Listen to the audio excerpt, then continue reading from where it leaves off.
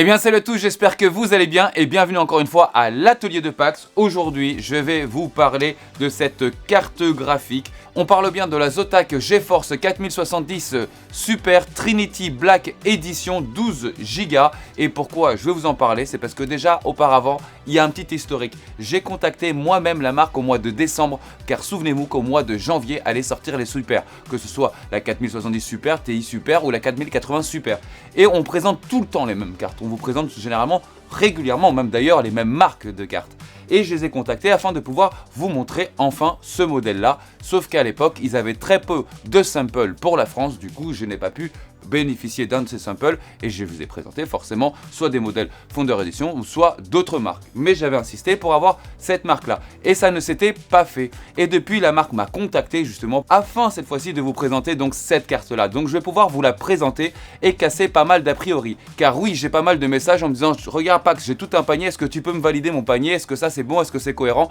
Et je ne retrouve jamais cette marque. C'est toutes les autres marques que vous voulez, mais jamais cette marque. Je sais qu'il y a quelques a priori par certaines personnes, mais justement, on va essayer de lever les loups et je vais essayer de vous rassurer justement sur la qualité de fabrication. Car oui, comme d'habitude, on va démonter cette carte. Comme d'habitude, on va bencher cette carte. Comme d'habitude, on va faire des essais en jeu, en technologie. On va faire aussi des essais en IA. On va vraiment essayer de faire le tour pour voir si c'est une bonne carte ou si c'est pas une bonne carte finalement. Je vous dis déjà, je connais déjà la réponse forcément, mais il n'y a rien de mieux qu'une démonstration en image. Donc on va commencer tout de suite par démonter cette carte et voir comment elle est constituée à l'intérieur et c'est maintenant.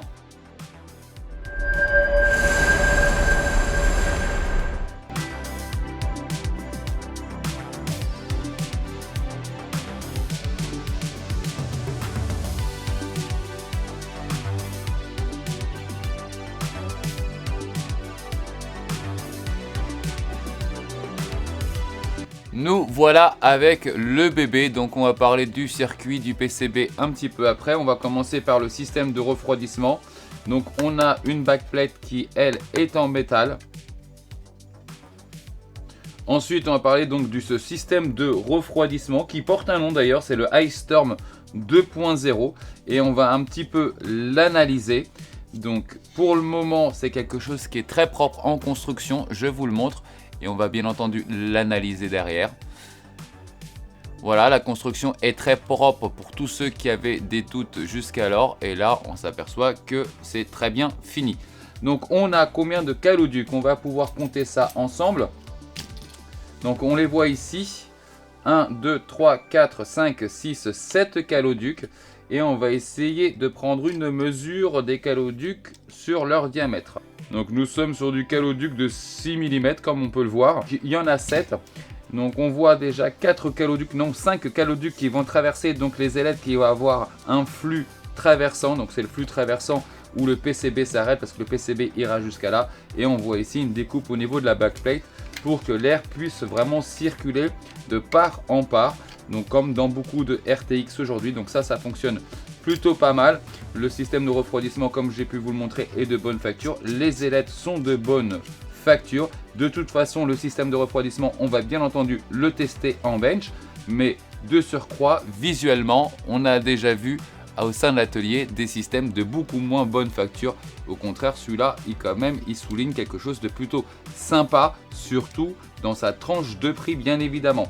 Donc on voit un retournement de caloduc ici, 1, 2, 3, 4, 5 caloducs. Donc il n'y a pas de chambre à vapeur comme vous pouvez voir, mais je ne sais pas si vous allez pouvoir le voir, mais ces caloducs aplatis sont en contact directement avec la backplate, ce qui va donner cette notion de consommation énergétique. Pourquoi? Parce que les caloducs sont composés à l'intérieur d'un fluide, un fluide réfrigérant. Donc le fluide a la particularité au moment où on le réchauffe de changer d'état. Donc il va passer de l'état liquide à l'état gazeux et c'est ce changement d'état au niveau moléculaire qui fait une grosse consommation d'énergie calorique. C'est un système qui fonctionne bien déjà depuis de nombreuses années. On peut le valider. Nous allons maintenant parler du PCB bien évidemment.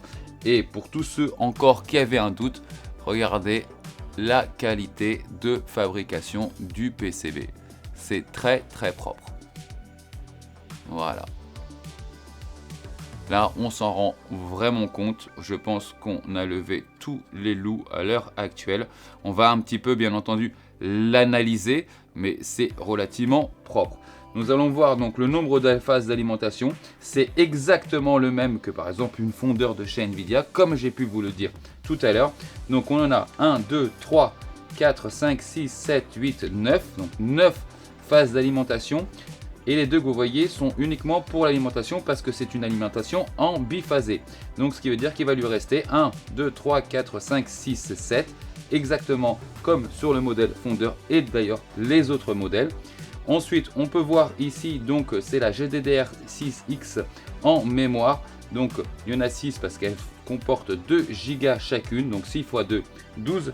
Et là on peut voir la puce. Ce que je vais faire maintenant, c'est que je vais voir un petit peu la qualité de la pâte thermique. Et comme vous pouvez le voir, là c'est quelque chose de très gras. Et ça, vous savez que c'est quelque chose que j'ai toujours un petit peu mesuré à l'atelier. Et on peut s'apercevoir que celle-ci est de bonne facture. Nous allons mesurer, bien évidemment, c'est les pads thermiques. Voilà.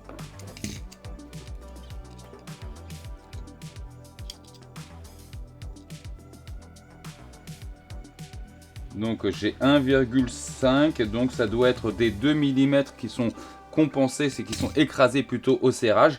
Donc ça reste quelque chose, encore une fois, qui est bien. Donc on est très proche du contact entre les éléments chauffants et les éléments refroidissants. Donc ça fonctionne très bien, bien évidemment.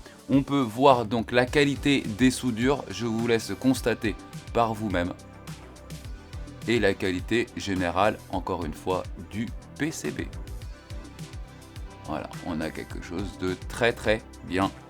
Donc ensuite, comme j'ai pu vous le dire, ce n'est pas Zotac, ce ne sont pas les autres constructeurs qui vont construire cette puce. Cette puce est construite chez TSMC, donc c'est l'un des plus gros fondeurs, voire même le plus gros fondeur d'ailleurs, à travers la planète. Et ils produisent suite aux commandes de Nvidia et ensuite c'est distribué bien évidemment chez les assembleurs comme ces constructeurs qu'on peut voir et comme donc Zotac sur ce coup là. C'est pour ça qu'il ne faut pas croire que lorsqu'on va acheter d'autres modèles que des gros modèles qu'on a l'habitude peut-être plus de voir qui sont aussi beaucoup plus chers, qu'on va avoir une sous-puce. Non, pas du tout, ça reste la même puce. Donc c'est une variante de la D104. Donc la puce AD104, c'est celle qui compose les 4070, cette 4070 Super et la 4070 Ti. Donc, elle est quand même beaucoup plus proche d'une 4070 Ti parce que c'est le modèle Super, bien évidemment, car on peut retrouver 7668 Core CUDA, ce qui est vraiment très proche d'une 4070 Ti. Donc on va reparler quand même de ce système de refroidissement, c'est parce qu'il y a beaucoup de gens ici qui se demandent si vraiment il est efficace. Donc je vais le tester, on va le mettre sur une table de bench,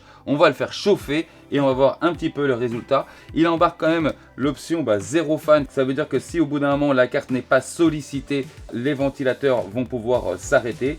Donc c'est le freeze fan stop. Pour le moment, vous voyez, on peut s'apercevoir que tout le système, la backplate métal, le nombre de caloducs, tout y est, la qualité du système de refroidissement, il n'y a aucun doute à avoir sur ces cartes graphiques en termes de facture. Maintenant que la carte est ouverte, on va en profiter, on va faire un petit checkpoint. Donc le checkpoint pour la qualité de la pâte thermique, elle est ok. Le checkpoint pour la qualité et l'épaisseur des pâtes thermiques, c'est ok. La qualité de construction du refroidisseur, c'est ok. En système triple fan de 90 mm, c'est ok. Nous avons un PCB, comme on a pu le voir, avec une qualité de fabrication qui est ok, une qualité de soudure qui est ok. Vous voyez, jusqu'à présent, on répond à tous les critères qui correspondent à une bonne carte. Donc maintenant, ce que je vais faire, c'est que je vais un petit peu tout remonter, bien évidemment, et on va aussi se retrouver sur les tests. Ben ouais.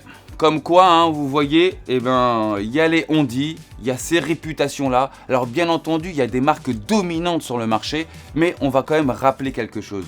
Zotac ne fabrique pas les puces, comme d'autres marques d'ailleurs. Les autres marques que vous avez en face ne fabriquent pas leurs puces. Ce sont des puces fabriquées par TSMC, commanditées par Nvidia. Donc c'est la technologie Nvidia qu'on a à l'intérieur, parce qu'on va en parler, parce que justement j'ai aussi reçu ce type de MP. Si j'achète une Zotac, est-ce que les technologies vont fonctionner? Bah oui, évidemment, et on va en parler d'ailleurs. Donc la première chose qu'on va faire, c'est qu'on va faire des tests. Mais on va faire plusieurs tests. On va faire des tests en jeu avec technologie pour que vous puissiez vous rendre compte que ça n'a strictement aucun impact, que c'est vraiment un assembleur, mais que la puce vient vraiment de chez Nvidia, donc il n'y aura vraiment aucun impact dessus. On va aussi faire du logiciel professionnel, car vous allez vous rendre compte qu'aussi pour pas mal de libéraux, cette carte fait largement aussi le boulot. Bien évidemment, ça va dépendre des softs utilisés, mais ça, on va le voir tout à l'heure. Et on va faire aussi un petit peu d'IA derrière pour se rendre compte un petit peu de son potentiel. Donc on va commencer déjà par les jeux vidéo et c'est maintenant.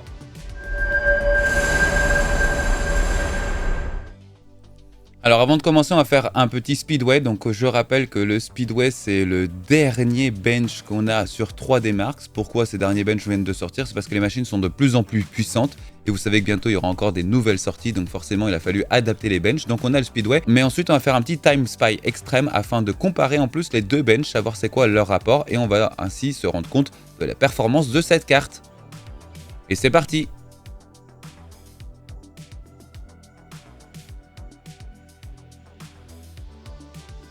Alors on arrive à avoir un score de 5175, donc ce qui est apparemment un score plutôt pas mal, on le voit. Maintenant on n'a pas forcément de repères comme on a pu avoir avec Time Spy Extreme. Alors justement on va en faire un pour pouvoir bien comparer.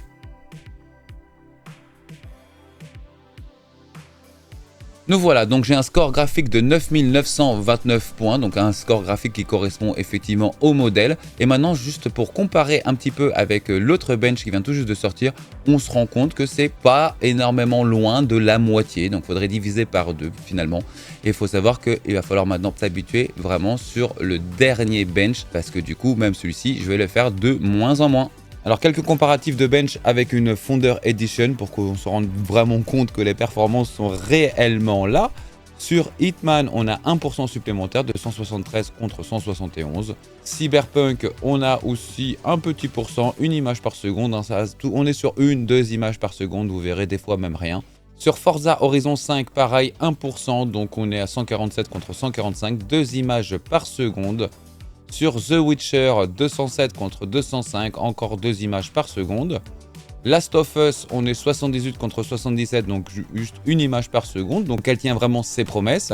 Alan Wake 2, c'est pareil, 74 et 74, donc là, elles ont eu exactement les mêmes performances. Sur une dernière licence en AAA, sur un dernier jeu qui vient tout juste de sortir, c'est Horizon Forbidden West, on a 98 contre 97. Juste un petit pourcent de différence. Donc ce qui nous donne une moyenne de jeu de 123,2 contre 124,4. 1% exactement. On va dire 0,97% exactement. Donc voilà, on a bien démontré que ce soit un modèle Founder Edition ou que ce soit un modèle de chez Zotac directement, vous n'avez pas de différence forcément parce que la construction est bonne, mais surtout parce que les puces à l'intérieur sont strictement les mêmes. Et ça va être pareil pour la technologie et c'est ce qu'on va voir maintenant. Donc on va essayer les technologies associées, on va partir sur du DLSS et je vous ai fait un petit peu tous les benches sur le dernier AAA qui est arrivé à la maison, Horizon Forbidden West.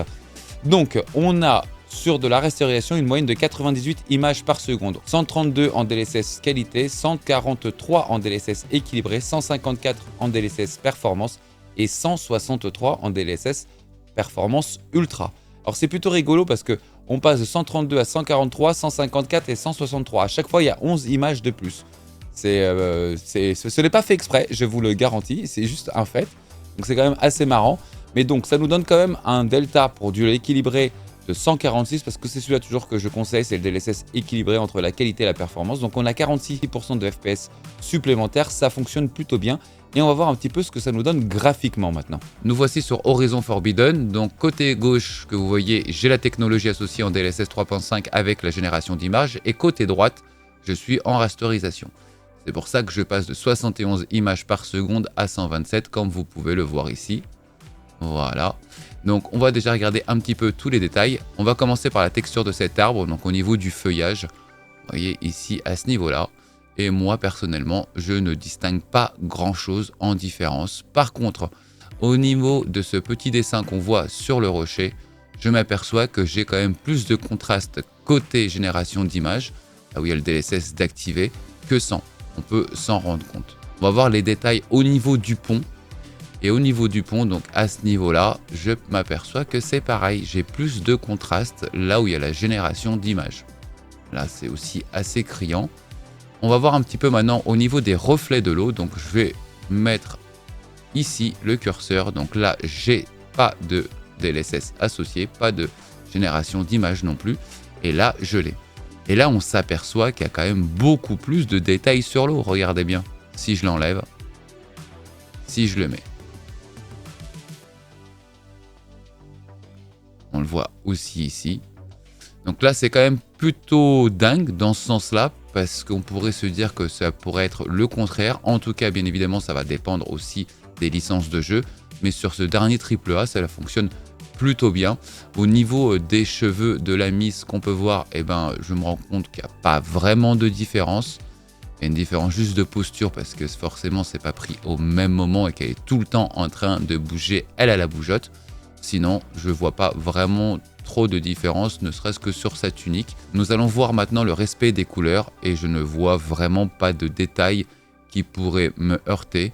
Par contre, encore une fois, regardez bien ce rocher qui est là. On voit vraiment que dès que je passe le curseur, il gagne du détail. Là, je le vois vraiment ici, sur cette zone-là. Regardez. On s'en aperçoit vraiment. Au niveau de la végétation, c'est pareil. J'ai l'impression qu'on me rajoute des grains d'herbe. Vous le voyez là, regardez, c'est beaucoup plus touffu. Beaucoup plus dégarni, sans même, on pourrait dire. Et au niveau donc des couleurs, les couleurs sont pour moi 100% respectées. Dites-moi en commentaire d'ailleurs si vous voyez des choses que je ne vois pas. Dites-moi aussi si vous n'êtes pas d'accord. Tout ça comme conclusion pour vous dire que toutes les technologies forcément fonctionneront, que ce soit Zotac ou une autre marque finalement. Donc même toutes les autres technologies aussi comme le ray tracing ou aussi comme le réflexe. D'ailleurs réflexe, on se pose souvent une question, mais qu'est-ce que c'est que le réflexe? Je vais quand même vous faire une petite démonstration. C'est tout simplement, ça va supprimer quelque chose qu'on appelle le render queue. Donc c'est la zone de queue de rendu, c'est-à-dire que c'est là où il va y avoir un peu de queue comme un embouteillage. Donc cette zone-là se situe entre le CPU et le GPU, entre le processeur et votre carte graphique. Et en fait, il est tout bonnement supprimé. Ce qui aura comme résultat que lorsque vous allez cliquer tout simplement sur votre souris, ça ira beaucoup plus vite entre la réaction souris-écran. Donc ça va vous supprimer de la latence. Et donc toute cette zone de render queue va disparaître. Donc vous allez avoir vraiment une interaction qui va se passer entre souris, processeur, carte graphique et moniteur sans passer par cette fameuse zone. Et dans les faits, on peut voir qu'à l'heure actuelle, je suis à 5,8 millisecondes et lorsque je l'enlève, je passe à plus de 30 millisecondes, soit un gap de 25 millisecondes de moyenne. Et donc toutes ces technologies fonctionneront bien forcément avec votre carte, qu'elle soit Zotac ou autre, ça c'est garanti. Et bien voilà, et c'est tout à fait logique en fait, comme je vous l'avais dit, tout simplement, la puce sort de la même usine. C'est exactement la même puce que n'importe quel autre 4070 Super. Donc effectivement, il y a des modèles beaucoup plus chers, on le sait déjà, mais pour ceux qui ne veulent pas forcément mettre beaucoup plus cher dans leur carte graphique, ils seront largement servis. Alors, quels sont les doutes qu'on pourrait avoir là-dessus? Mais est-ce que le circuit de refroidissement, à ce moment-là que tu nous as montré tout à l'heure, fait le taf? C'est tout simple, on va mesurer maintenant les températures et aussi son incidence au bruit. Comme ça, on va se rendre compte si ça fait le taf ou pas. Et c'est maintenant. Nous voici toujours sur Horizon Forbidden West, donc je profite toujours d'avoir un jeu en AAA pour bien tester cette carte bien évidemment. Et on va parler de température cette fois-ci et on va s'apercevoir, vous allez voir les températures que je vais vous montrer, que finalement son circuit de refroidissement est plutôt bien performant et on va s'en rendre compte et que ça justifie justement ce que je vous disais il y a quelques mois en arrière, à la sortie des RTX, que certains constructeurs vous faisaient des frigos que forcément vous allez payer en système de refroidissement complètement surévalué d'ailleurs par rapport aux besoins nécessaires de ces cartes. Et là on va s'apercevoir que ce moyen de refroidissement effectivement fonctionne très bien. On va voir maintenant d'ailleurs les températures. Et voilà les températures et comme vous pouvez le voir c'est quand même plutôt pas mal. On est à 57 degrés pour la puce graphique, pour le GPU graphique, donc c'est une très bonne température. On rappelle que la température à l'heure actuelle de l'atelier est de 22 degrés. On a un hotspot de 64 degrés, donc pour le point chaud c'est plutôt très bien aussi. Et la mémoire est à 58 degrés. Donc ce sont vraiment des très bonnes températures sur un jeu en AAA avec plus d'une heure de jeu. Ça reste vraiment de bonnes performances. Bah voilà, hein, je pense que c'est un peu difficile de démontrer autre chose maintenant. On va quand même continuer, on va faire quelques logiciels pro et on va tout de suite terminer par de l'IA dans le même bloc et c'est maintenant. Alors pour commencer, on va faire un petit benchmark de chez Blender, voir un petit peu ce que ça donne pour de la composition en 3D.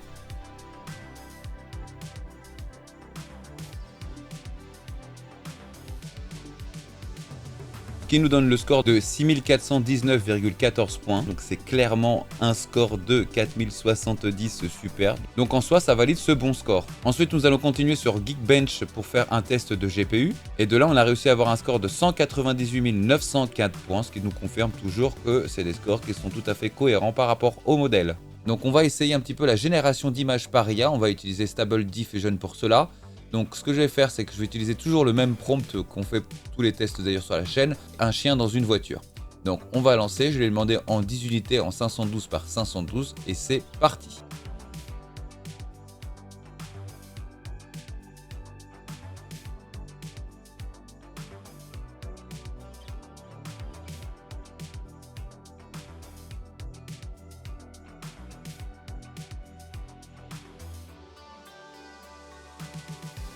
Et ce qui nous a donné un résultat de 19 secondes de 30. Donc en soi, si on divise par 10, on est à 1,9 secondes d'image. D'après ce résultat, ça confirme bien les performances qu'on peut avoir avec une 4070 super. Et bien voilà, donc je pense que la meilleure chose à faire maintenant, c'est de faire un checkpoint total sur cette carte graphique. Donc la qualité de fabrication du PCB, c'est OK. La qualité de fabrication et tout ce que doit avoir un système de refroidissement, c'est OK. Donc là pour le moment, il n'y a pas du tout de sujet. Et on va surtout parler maintenant de performance. Donc en performance en jeu, en rasterisation, elle est OK. En performance en jeu avec les technologies associées, elle est OK. Les performances en température, on se rend compte que c'est une carte qui est aussi OK. En logiciel pro, elle correspond exactement à son modèle d'une 4070, super. Donc déjà, on peut lever tous les loups, on a OK sur toutes les lignes. C'est une bonne carte. Et ce qui est plutôt pas mal, c'est que cette carte, sur un modèle triple fan, est moins onéreuse que d'autres cartes, d'autres modèles de d'autres fabricants. D'ailleurs, je vous laisserai en description, bien évidemment, un lien, vous l'aurez aux alentours de 699 €. Pour tous ceux qui sont intéressés, n'hésitez pas à aller la voir, bien évidemment. En tout cas, on se rend compte que pour son prix, avec la checklist qu'on a fait, on est quand même relativement dedans. Donc, effectivement, Zotac s'en sort très bien en termes de prix. Zotac s'en sort très bien en qualité de fabrication. Donc je sais qu'il y a pas mal de gens qui peuvent aussi avoir des a priori. Regardez bien, avec cette checklist, il n'y a pas besoin d'avoir ces a priori. Et je vais même vous dire plus, Nvidia choisit ses partenaires. Vous ne pouvez pas demain dire, tiens, j'ai un peu de fric, je vais lancer une usine avec ma propre marque de 4070. Non, il faut que ce soit approuvé par Nvidia. Imaginez, demain, il y a une marque qui arrive et 50% ou 20% de leur modèle, même 10% de leur modèle tombe en panne. Croyez-moi que ça passerait pas au niveau de Nvidia parce que finalement la réputation tomberait même au niveau d'Nvidia. Ah, j'ai acheté une 4070, ça est tombé en panne. Évidemment que non. Il y a des contrôles qualité, il y a une garantie aussi à fournir à Nvidia. Donc oui, ces cartes sont de bonne facture. Oui, évidemment, ça fonctionne bien. Là-dessus, il faut totalement se rassurer. Et non seulement ça fonctionne bien, c'est qu'en plus ils offrent 5 ans de garantie sur leurs produits. Donc c'est pas rien, vous avez 3 ans de base et si vous allez sur leur site pour enregistrer votre carte, vous allez avoir encore 2 ans supplémentaires, ce qui va vous faire un total de 5 ans.